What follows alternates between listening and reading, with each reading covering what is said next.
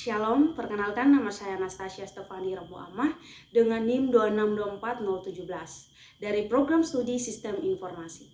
Di sini saya akan menjelaskan tugas mengenai salah satu tokoh Alkitab yang sukses menjalankan kewirausahaan dan melakukan praktik bisnis serta menjadi inspirasi karena kerja keras dan ketekunannya. Salah satu tokoh Alkitab yang saya ambil pada tugas kali ini yaitu kisah tentang Lydia. Yang pertama adalah latar belakang. Lydia dari Tiatira merupakan seorang pedagang kain ungu yang kaya dan terpandang dan juga dermawan. Nah, pertemuannya dengan Paulus membawanya pada pertobatan dan dipercayai sebagai orang Eropa pertama di Eropa yang bertobat. Dukungannya kepada Paulus memiliki peran besar bagi penginjilan pada saat itu, di mana di bawah pemimpin Lydia, gereja di Filipina menjadi gereja yang bertumbuh pesat dalam hal pertumbuhan rohani.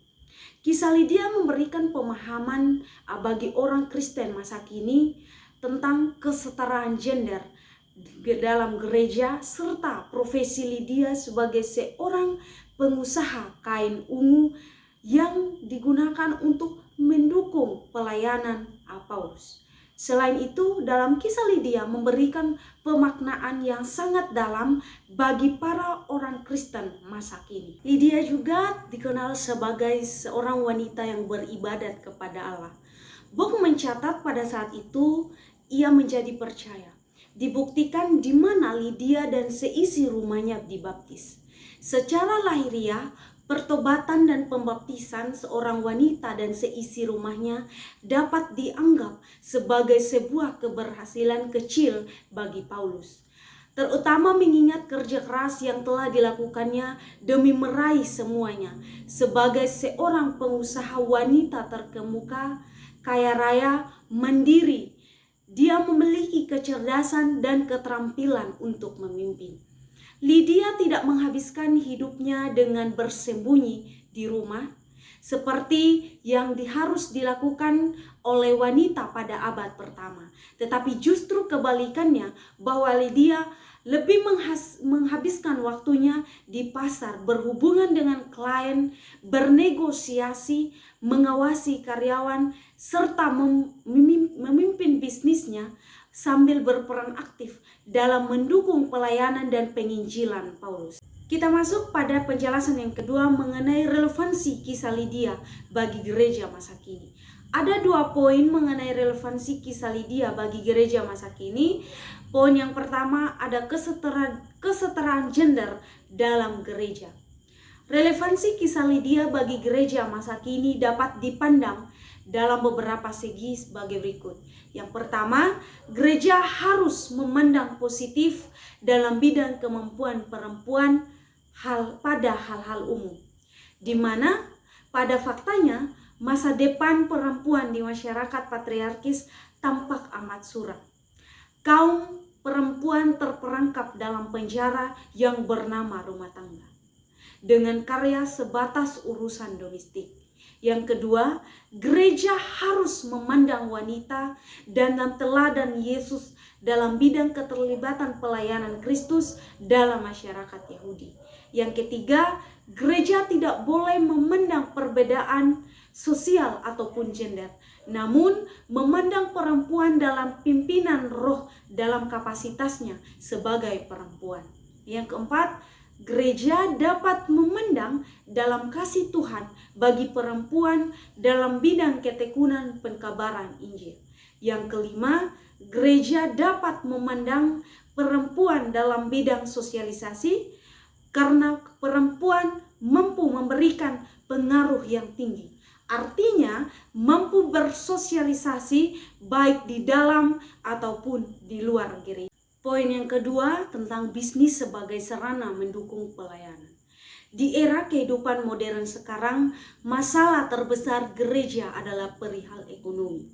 Gereja sulit menjalankan visi dan misi tanpa dukungan dana dari para donatur dan juga dukungan jemaat.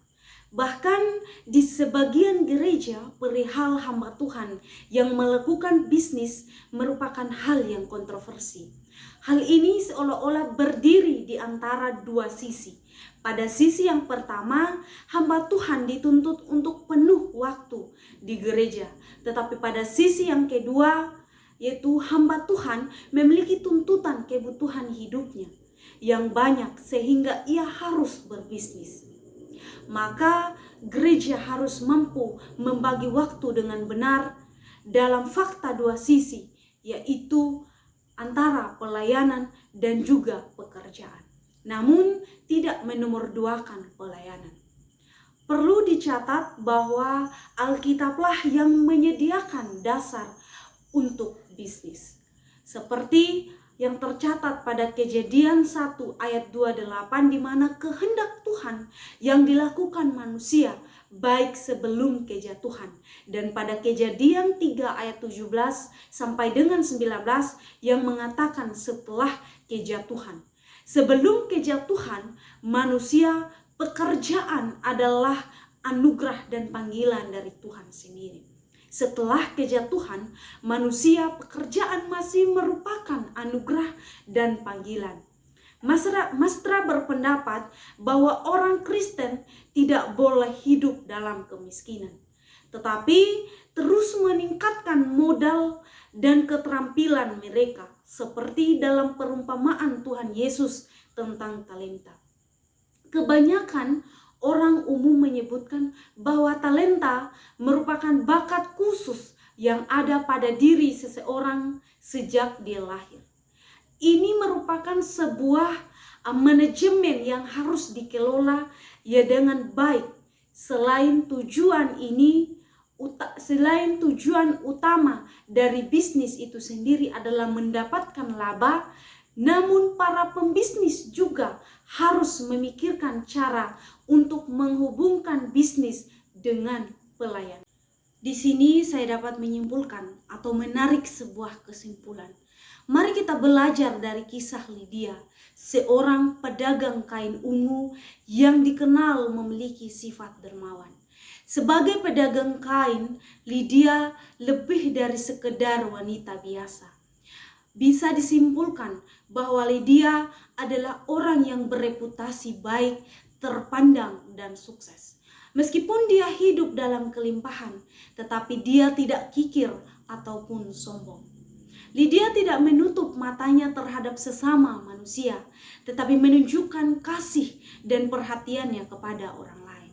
Hal ini ditunjukkannya dalam cara menghormati Paulus dan juga menyediakan rumahnya untuk tempat singgah sebagai persekutuan orang Kristen pertama di Eropa.